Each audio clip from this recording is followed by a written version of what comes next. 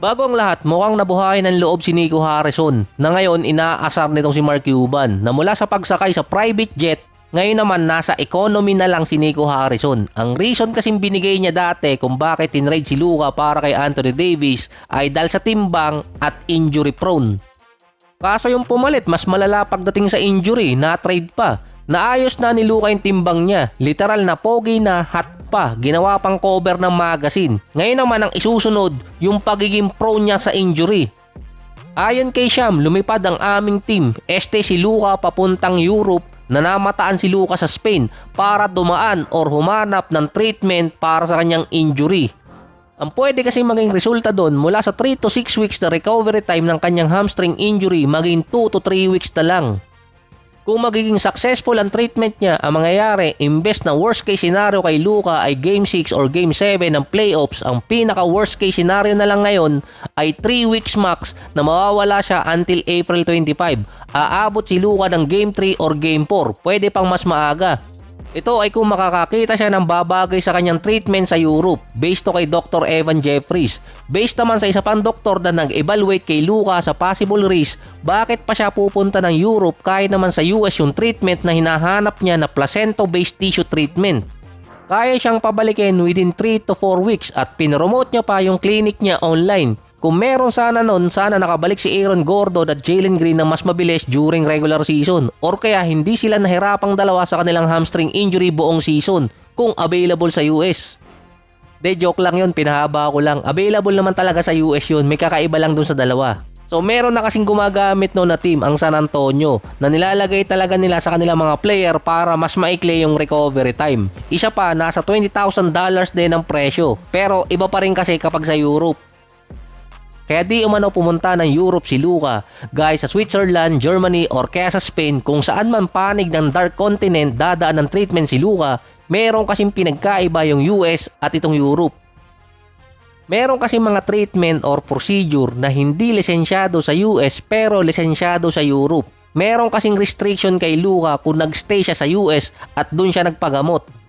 Pwedeng mabawasan ng 1 linggo yung timeline niya kumpara sa Europe na walang restriction katulad sa US dahil dati si Kobe sa Germany nagpa-treatment ng kanyang hamstring injury.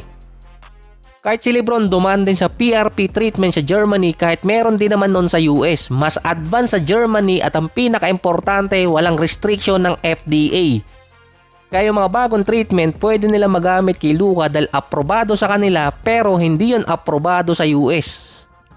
Ang hirap din kasing banggitin ng medical term. Ilagay ko na lang dito yung iba. Meron kasing hindi mga approve sa US tulad ng ginamit kay Kobe dati na stem cell. Limited lang ang gamit nun sa US pero sa Europe pwede nilang gamitin ng max. Yung exosome at orthokin hindi pa approve sa US yun pero aprobado sa Europe. Dumaan dati si Kobe sa procedure na yun. Nakalahati ng recovery time ang natapya sa kanya.